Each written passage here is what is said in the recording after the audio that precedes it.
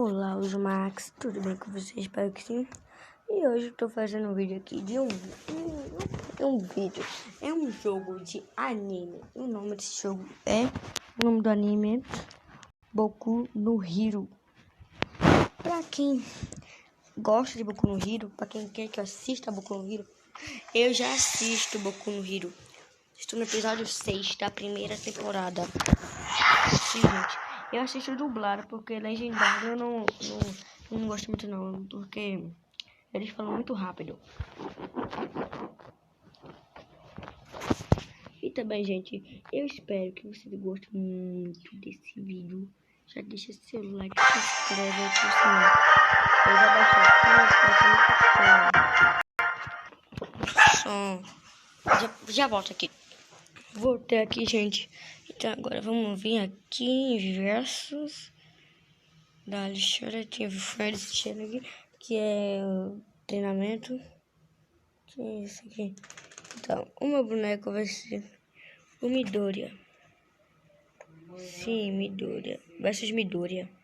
Calma, peraí. Midoriya versus... Quero ver que bonequinho mais... Não. Eu quero Midoriya. Midoriya versus...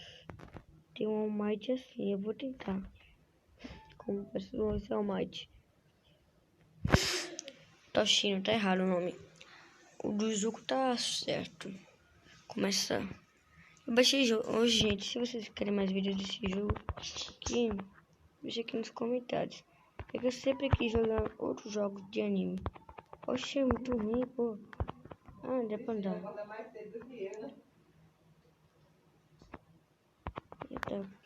Tá com a porta aberta aí não, né? Não. Gente, aqui, eu deixei até aqui. Por aqui que eu sei.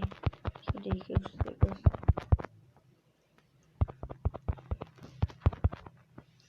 Essa vida tá aqui. Eu queria... Não sei como é que dá o Detroit Smash. Agora eu quero dar... Eita, ganhei. Queria dar um Detroit Smash dele. Detroit Smash. Ganhei a primeira. Agora dar um Detroit... Não gostei muito desse jogo aqui, gente. Isso. Aqui tá... Ah, não mesmo, pô.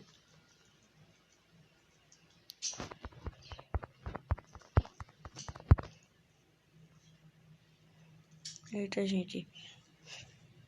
Eu não gostei tanto desse jogo aqui, mas vou tentar achar outro. Pra eu jogar, vocês se divertirem aqui no canal. Beleza, acabou. Então o vídeo só foi desse tempo aqui, pra ver se vocês gostem do jogo. Então falou e fui, deixa o like e se inscreve.